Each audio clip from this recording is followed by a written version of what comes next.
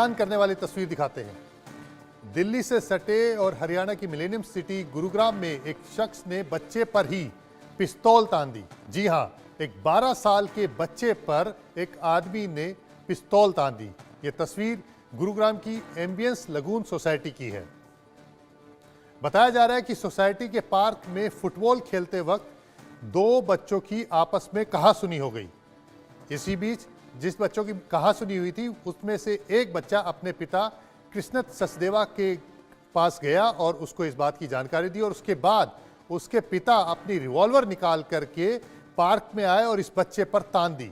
ये तो अच्छी बात है कि जो बच्चे के साथ उसकी मां भी थी और उसने किसी तरह से इस आरोपी को किसी भी तरह की वारदात करने से रोका। और ये जो आप तस्वीरें देख रहे हैं, मेरे स्क्रीन पर आप तस्वीरें देख रहे हैं, उसमें आरोपी की पत्नी ने समय रहते अपने पति को रोका और उसके बाद वो उसे समझा बुझा करके लेकर के वापस घर गई।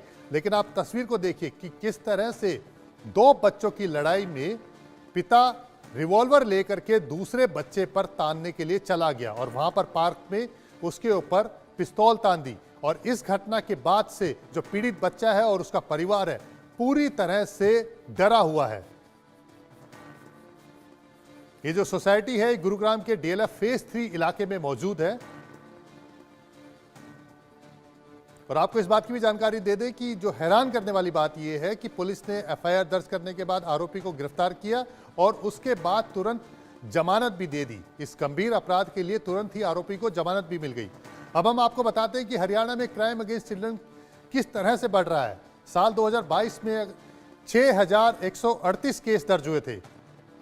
जी हां, क्राइम अगेंस्ट चिल्ड्रन जो हम बात कर रहे हैं। और साल 2021 में 5700 और 2020 में 4338 केस दर्ज हुए। 2022 में हरियाणा में 59 बच्चों की हत्या हुई थी।